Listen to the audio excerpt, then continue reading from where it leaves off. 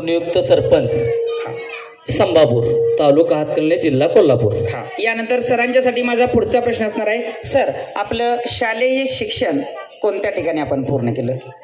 Balwantrao Yadav high school, Balwantrao Yadav junior college, Peth, Vadgaon. त्यानंतर sir धन्यवाद। यानंतर महाविद्यालयीन शिक्षण कोणत्या ठिकाणी पूर्ण केलं? वडगाव, पेठ, वडगाव।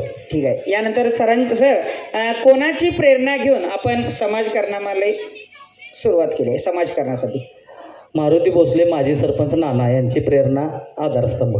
ठीक आहे। सर, असा कोणता प्रसंग आलेला होता की त्या ठिकाणी खरोखरच प्रत्येक वेळेला तर वहिनींची साथ तुम्हाला आहेच, पण असा एखादा कोणता प्रसंग आला की खंबीर नेतृत्व म्हणून वहिनी तुमच्या पाठीशी उभ्या राहिल्या, असा कोणता प्रसंग घडला? गावातील महिलांच्या ज्या पाण्याची समस्या होती त्याच्याकडे बघितलं तर आमच्या समोर गावातील 3 महिला विहिरीत पाणी आणायला गेल्यानंतर विहिरीत पडून मयत झालेल्या आहेत। हा प्रसंग बऱ्याच वेळा आम्ही या ठिकाणी गावसभेत लोकांच्या समोर मांडला, पण कधीही कुणी याच्याकडे गांभीर्यानं बघितलं नाही। त्यावेळेला खंबीरपणे माझ्या पत्नीनं मला सांगितलं की जर यात पडायचं असेल तर कोणतंही काम नाही झालं तर चालेल, पण या बायकांचा महिलांचा पाणी प्रश्न हा 100% सुटला पाहिजे। ठीक आहे। सरांच्यासाठी जरा जोर राहिली। एक खरोखरच घरातील एक कुटुंब प्रमुख म्हणून तुम्ही जबाबदारी पार पाडत आहात, त्याविषयी काय सांगू शकाल?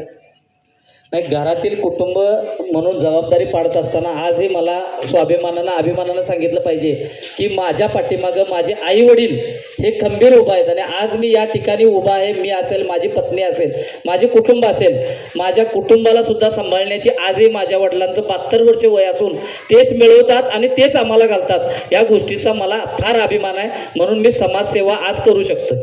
ठीक आहे, धन्यवाद सर। यानंतर शेवटचाच प्रश्न, सध्या तुमचं विजन काय आहे? ग्रामपंचायत संभापूरच्या माध्यमातून लोकांच्यासाठी खूप काही केलेलं आहे, तरी सुद्धा पुढचं काय विजन? मला या गावामध्ये मुलांच्यासाठी एक अभ्यासिका 100% सुरू करणे आणि महिलांच्यासाठी चांगले 2 ते 3 उद्योग येतील आणि महिला सक्षमीकरण या गावामध्ये चांगलं होईल, ह्या 2 समस्या माझ्यासमोर प्रामुख्यानं आहेत। पुन्हा एकदा सरांच्यासाठी जरा जोर